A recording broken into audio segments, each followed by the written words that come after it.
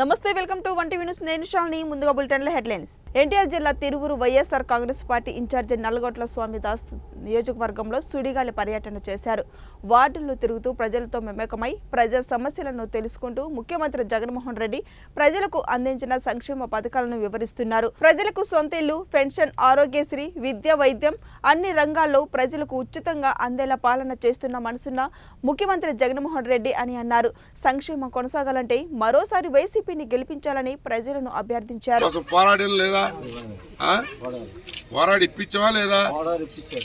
ఇంకా ప్రాబ్లం ఉంటే నేను చేస్తాను. జగన్మోహన్ రెడ్డి గారి అండతో ఏ పనులు చేద్దాం. ఈ డ్రైనేజీ మొత్తం మురికి లేకుండా చేసేద్దాం. అర్థమైందా? కేసీఆర్ నాని గారు కూడా పోటీ చేశారు ఎంపీగా. నేను కేసీఆర్ నాని గారు జగన్మోహన్ రెడ్డి గారు కలిసి ఒక ప్లాన్ చేసి ఈ తెలంగాణకి ఎంట్రన్స్ తిరువురు అంటే మన ఈ తిరువురుని చూస్తే వచ్చిన వాళ్ళు ఆంధ్రాన్ని చూసి అదిరిపోవాలన్నమాట. అంత డెవలప్మెంట్ మనం తీసుకొద్దాం. జగన్మోహన్ రెడ్డి గారు మనకి చేయూతనిస్తాడు. నేను చెప్పింది వింటారు. నేను ప్రజల కోసం బతికే మనిషిని తెలుసుగా. 30 ఏళ్ళ నుంచి ఇక్కడ చూస్తున్నారు. మీరు స్థానికుడిని. మీ అందరికి కూడా మీరు ఎన్నిసార్లు వచ్చారు నా దగ్గరికి? ఏ అవసరం వచ్చినా అందుకున్నాను లేదా, ఆదుకున్నాను లేదా? అది సీఎం జగన్ సమక్షంలో వైసీపీలో చేరారు పులివెందుల టీడీపీ నేత సతీష్ రెడ్డి. ఈ సందర్భంగా సీఎం వైఎస్ జగన్ కండువ కప్పి పార్టీలోకి ఆహ్వానించారు. అనంతరం సతీష్ రెడ్డి మాట్లాడుతూ 27 సంవత్సరాలుగా తాను టీడీపీ కోసం పనిచేశానని, వైఎస్ఆర్ ఫ్యామిలీ ఇబ్బంది పెట్టిన సీఎం జగన్ పార్టీలోకి ఆహ్వానించారని అన్నారు. తనతో వైసీపీ నేతలు టచ్లోకి వచ్చాక చంద్రబాబు రాయబారం పంపారని, ఇంతకాలం పట్టించుకొని చంద్రబాబు ఇప్పుడు తన స్వార్థం కోసం మళ్లీ రాయబారం చేశారని తెలిపారు. చంద్రబాబు నాయకత్వం రోజు రోజుకి దిగజారిపోయిందని, ఇప్పుడు టీడీపీలో లోకేష్ పెత్తనమే నడుస్తుందని, సీనియర్లకు గౌరవం దక్కడం లేదని టీడీపీపై మండిపడ్డారు. జగన్ తన మీద ఎంతో ప్రేమ చూపించారని, జగన్ ఏం చెప్తే అదే చేస్తానని స్పష్టం చేశారు. తగిన ప్రతిఫలం ఇవ్వాల్సింది పోయి నన్ను ఒక లాలూచిబడినటువంటి నాయకునిగా, నేను వాళ్ళు ఇచ్చినటువంటి నిధులు దుర్వినియోగం చేసినటువంటి నాయకునిగా నా మీద అక్కడక్కడ మాట్లాడడం జరిగిన తర్వాత మనస్తాపానికి గురై 2020 సంవత్సరంలో తెలుగుదేశం పార్టీని వదిలిపెట్టడం జరిగింది. తెలుగుదేశం పార్టీకి వదిలిపెట్టిన తర్వాత అనేక మంది నాయకులు నా దగ్గరికి వచ్చినప్పుడు స్పష్టంగా నాకు జరిగినటువంటి అవమానం, నాకు జరిగినటువంటి ఇబ్బందులన్నీ కూడా వాళ్లకు చెప్పడం జరిగింది. వాళ్ళు చంద్రబాబు నాయుడు గారి దృష్టికి తీసుకొని పోవడం జరిగింది. కానీ 4 సంవత్సరాలుగా దీన్ని ఏ రకంగా ప్యాచప్ చేయాలనేది కానీ, లేకుండా అంటే జరిగింది తప్పో, లేకుండా అంటే జరిగింది ఏదో వివరణ ఇవ్వాల్సింది పోయి 2020 వరకు నన్ను పట్టించుకున్నటువంటి, ఇప్పటి వరకు మొన్నటి వరకు పట్టించుకొని పోయినటువంటి పాపాన వాళ్ళు పోలేదు. కానీ పెద్ద మనసుతో నేను 27 సంవత్సరాలుగా పోరాటం చేసినప్పటికీ ప్రతి క్షణం ప్రతి నిమిషం కూడా పొలిటికల్గా నేను జగన్మోహన్ రెడ్డి గారికి కానీ వారి కుటుంబానికి కానీ ఇబ్బంది పెట్టినప్పటికీ పెద్ద మనసు చేసుకొని నన్ను రమ్మని చెప్పి ఆహ్వానించడం నిజంగా నాకు చాలా ఆనందాన్ని ఇచ్చింది. అదే విషయాన్ని నేను కార్యకర్తలో పాలుపంచుకోవాలా వైఎస్ఆర్ కాంగ్రెస్ పార్టీకి, ఎందుకంటే ఆహ్వానించారు కాబట్టి, జగన్మోహన్ రెడ్డి గారు ఆహ్వానించారు కాబట్టి రావాలని చెప్పి నేను అనుకున్నప్పుడు ఆ రోజు ఒక చలనం మొదలైంది తెలుగుదేశం పార్టీలో. మీరు తెలుగుదేశం పార్టీలోకి రాండి, మీరు ఉండాలా, చంద్రబాబు నాయుడు గారు మీతో మాట్లాడతారు, తప్పకుండా మీ యొక్క అవసరం ఉంది, మీరు రావాలని చెప్పి కోరడం జరిగింది. ఇది చంద్రబాబు నాయుడు గారి యొక్క అవకాశవాదానికి సాక్ష్యం. 4 సంవత్సరాలు కాబడినటువంటి వ్యక్తి యువతల ఆహ్వానం వచ్చింది. రైతులకు దుండగా నిలుస్తూ సాగు రంగాన్ని బలోపేతం చేయడమే తమ ప్రభుత్వం లక్ష్యమని ముఖ్యమంత్రి రేవంత్ రెడ్డి అన్నారు. సాగు రంగంలోనే ప్రతికూలతకు తట్టుకుంటూ రైతులకు నిలిచేందుకు ప్రధానమంత్రి ఫసల్ బీమా యోజనలో రాష్ట్ర ప్రభుత్వం తిరిగి చేరిందన్నారు. రాష్ట్ర సచివాలయంలో ముఖ్యమంత్రి రేవంత్ రెడ్డి, రాష్ట్ర వ్యవసాయ శాఖ మంత్రి తుమ్మల నాగేశ్వరరావు, ఎంఎస్బీవై ఈ సీఈఓ కేంద్ర సంయుక్త కార్యదర్శి రితేష్ చౌహాన్ సమావేశమయ్యారు. ఈ సందర్భంగా పీఎంఎఫ్ బీవైలో 2016 నుంచి 2020 వరకు తెలంగాణ ఉన్న విషయం, ఆ తర్వాత నాటి ప్రభుత్వం దాని నుంచి ఉపసంహరించుకున్న రీతిపై చర్చించారు. పీఎంఎఫ్ బీవైలోకి రాష్ట్ర ప్రభుత్వం తిరిగి చేరడంతో వచ్చే పంట కాలం నుంచి రైతులకు ఈ పథకం నుంచి పంటల బీమా పొందుతున్నారని తెలిపారు. పౌర సమాజం ప్రతినిధులతో ముఖ్యమంత్రి రేవంత్ రెడ్డి భేటీ అయ్యారు. ఈ సందర్భంగా రైతు కమిషన్, ఎడ్యుకేషన్ కమిషన్ 2 కమిషన్లను ఏర్పాటు చేయాలని భావిస్తున్నామని తెలిపారు. మన విద్యా విధానం ఎలా ఉండాలో ఎడ్యుకేషన్ కమిషన్ నిర్ణయిస్తుందని అన్నారు. గత ప్రభుత్వంలో ఉన్న చిక్కుముడులకు తొలగించి ఉద్యోగులను భర్తీ చేసేమని, యూపీఎస్సీ తరహాలో టీఎస్పీ, ఏఎస్పీ ద్వారా నియామకాలు చేపడతామని స్పష్టం చేశారు. కౌలు రైతుల రక్షణకు సంబంధించిన అఖిలపక్ష సమావేశం నిర్వహిస్తామని, అందరి సూచనలు, సలహాలు ఆధారంగా కౌలు రైతులు రక్షణగా చట్టం తీసుకురావాలని యోచిస్తున్నట్లు తెలిపారు. వైసీపీ అధిష్టానం ఇన్ఛార్జీల 9వ జాబితా విడుదల చేసింది. సీఎం జగన్ ఆదేశాలు అధికారంగా పార్టీ సమన్వయకర్తను ఎంపిక చేసింది. ఈ జాబితాలో ఒక ఎంపీ, 2 అసెంబ్లీ స్థానాలకు అభ్యర్థులను నించారు. అందులో నెల్లూరు ఎంపీ సమన్వయకర్తగా వేణంబగ విజయసాయిరెడ్డి, కర్నూలు అసెంబ్లీ సమన్వయకర్తగా ఇంతియాజ్ మంగళగిరి, సమన్వయకర్తగా లావణ్యను వైసీపీ అధిష్టానం నియమించింది. కర్నూలు జిల్లాలోని అన్ని నియోజకవర్గాల్లో తెలుగుదేశం పార్టీ అభ్యర్థుల విజయానికి కృషి చేస్తామని రాయలసీమ విద్యార్థి జేఏసీ అధ్యక్షుడు శ్రీరాములు తెలిపారు. రాయలసీమ విద్యార్థి యువజన సంఘాల ఆధ్వర్యంలో శ్రీరాములు మీడియా సమావేశం నిర్వహించారు. ఈ సందర్భంగా ఆయన మాట్లాడుతూ కర్నూలులో న్యాయ రాజధానిని ఏర్పాటు చేస్తామని ప్రకటించి ముఖ్యమంత్రి వైఎస్ జగన్మోహన్ రెడ్డి రాయలసీమ వాసులను మోసం చేశారని ఆరోపించారు. రాయలసీమకు న్యాయం చేస్తారనుకున్న ముఖ్యమంత్రి అన్యాయం చేయడంతోనే తాము వైసీపీకి వ్యతిరేకంగా తెలుగుదేశం పార్టీలో చేరినట్లు ఆయన తెలిపారు.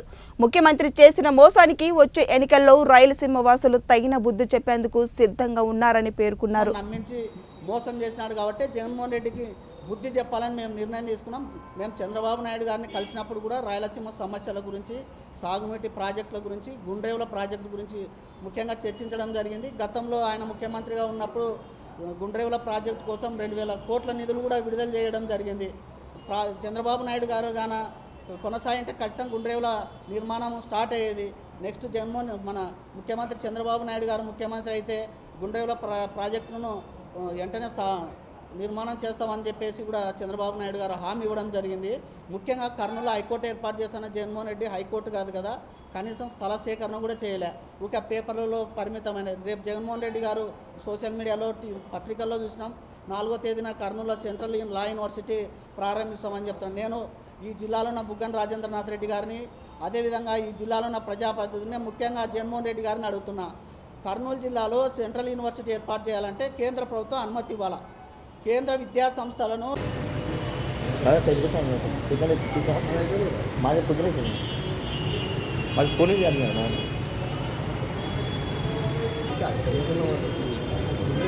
నా కొడుకు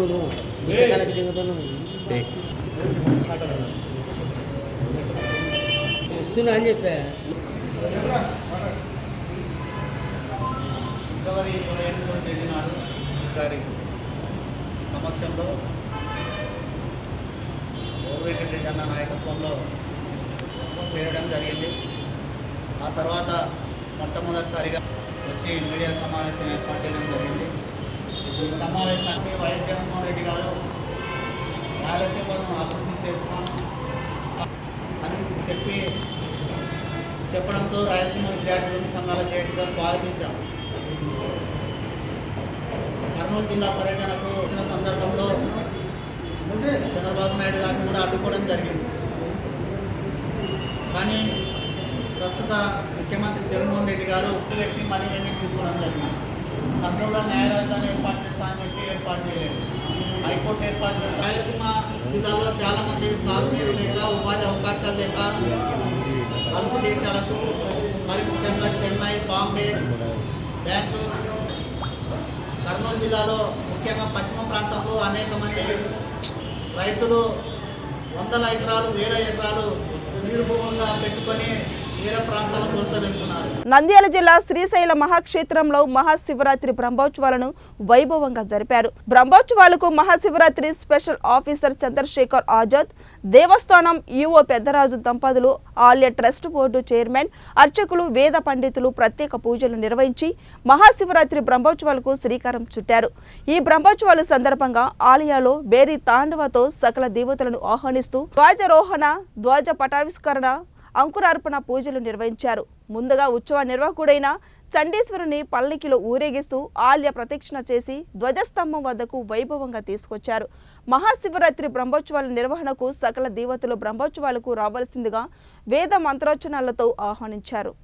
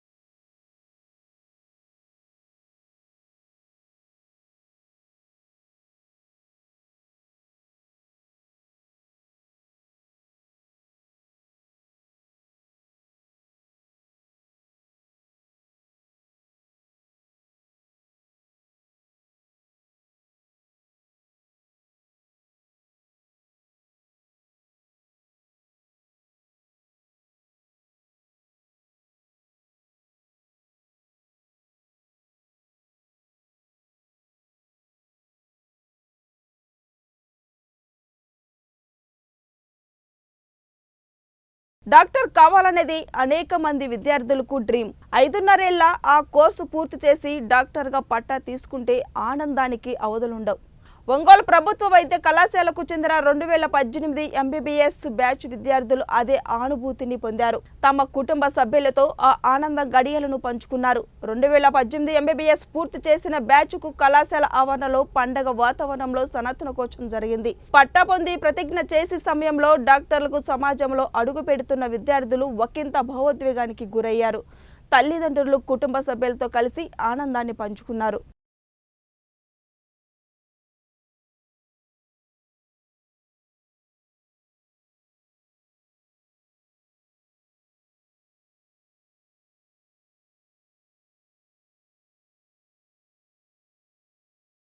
అడిక్షన్స్ అనేవి ప్రబలిపోతున్నాయి. ఆగితే ఇటువంటి నేచర్ స్లోగా ఈ digital. My name is Komandan Sivaramaji. I came from Palnadu district, Nashapeta Jilla, near Tulpadu. This is my family.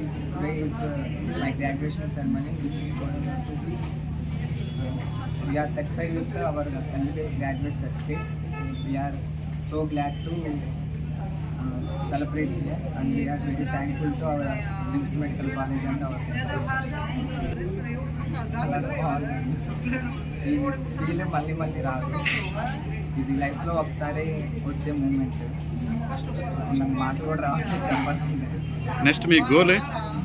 నేను ఎంఎస్ తీసుకున్నాను, అంటే orthopaedician. MS ortho. Okay okay okay చెప్పండి. మా ఇంటి కొమ్మలవైన శ్రీనివాసరావు, సత్తనపల్లి నియోజకవర్గం, ఉప్పలపాడు గ్రామం, పల్నాడు జిల్లా. మేము రైతు కుటుంబంలో పుట్టినాము. నాకు 5 సంతానం. చెప్పండి master. Santhanam American standards of medicine, European standards of medicine మన ప్రోటోకాల్స్ ఎలా ఉన్నాయో తెలుసుకొని ముందుకు వెళ్తే మీరు మంచి డాక్టర్లుగా సక్సెస్ అవుతారని Indian Medical Association Ongole branch president Jhansi ఉద్బోధించారు. ఒంగోలు ప్రభుత్వ వైద్య కళాశాల 2018 ఎంబీబీఎస్ విద్యార్థులు సన్నతనకోచం వేడుకలు కాలేజీ ఆవరణలో ఘనంగా జరిగాయి. ఈ వేడుకలకు ముఖ్య అతిథిగా పాల్గొని ఝాన్సీ మాట్లాడుతూ ప్రస్తుతం పేషెంట్ వస్తే వారిని గైడ్ చేయాల్సిన పరిస్థితుల్లో డాక్టర్లు ఉన్నారన్నారు. పేషెంట్ చేతిలో గూగుల్ ఉందని, దాంతో వారంతా అప్డేట్గా ఉంటున్న విషయాన్ని ఝాన్సీ గుర్తు చేశారు. ఎంబీబీఎస్ గ్రాడ్యుయేషన్ పూర్తి చేసిన మీరంతా రూరల్, గవర్నమెంట్, ప్రైవేటు ప్రాక్టీసులో ఉన్న వైద్య రంగానికి సంబంధించి కొత్తగా వచ్చే ప్రతి విషయం పట్ల అవగాహన కలిగి ఉండాలని సూచించారు.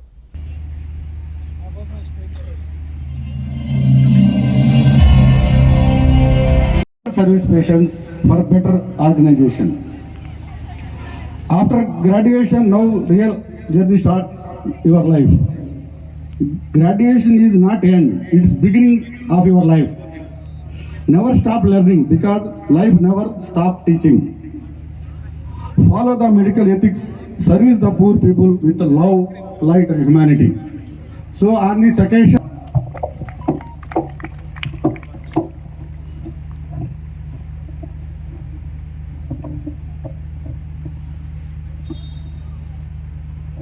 Thank you so much, sir. We'll make sure that we'll keep your advice in our mind.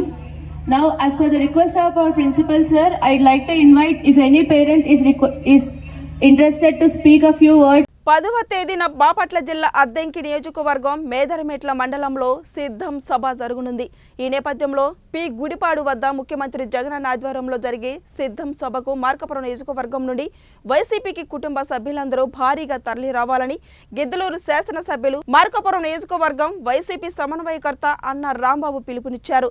Markapuram Jawahar నగరంలోని ఎమ్మెల్యే అన్న నివాసంలో పలువురు వైసీపీ నాయకులతో కలిసి సిద్ధం సభ పోస్టర్లను ఆవిష్కరించారు. ఈ సందర్భంగా ఆయన మాట్లాడుతూ మార్కాపురం నియోజకవర్గం నుండి భారీగా వైసీపీ శ్రేణులు తరలి రావాలని, జగనన్న రాష్ట్రానికి చేయనున్న దిశానిర్దేశాలను ప్రతి ఒక్కరికి వివరించి రాబోయే ఎన్నికల్లో వైసీపీ విజయానికి కృషి చేయాలన్నారు. వైసీపీ ప్రభుత్వం ఏర్పాటు చేసిన వాలంటీర్ల వ్యవస్థపై టీడీపీ రాష్ట్ర ప్రధాన కార్యదర్శి మహమ్మద్ నజీర్ తీవ్ర వ్యాఖ్యలు చేశారు. ఈ సందర్భంగా ఏర్పాటు చేసిన సమావేశంలో ఆయన మాట్లాడుతూ వైసీపీ ఇన్ఛార్జీలు వాలంటీర్ల ద్వారా వాలంటీర్లకు డబ్బులు చీరలు పంచుతున్నారని ఆరోపించారు. రాజకీయ వ్యవహారాల్లో తలదూర్చే వాలంటీర్లపై క్రిమినల్ కేసు పెట్టాలని ఆయన డిమాండ్ చేశారు.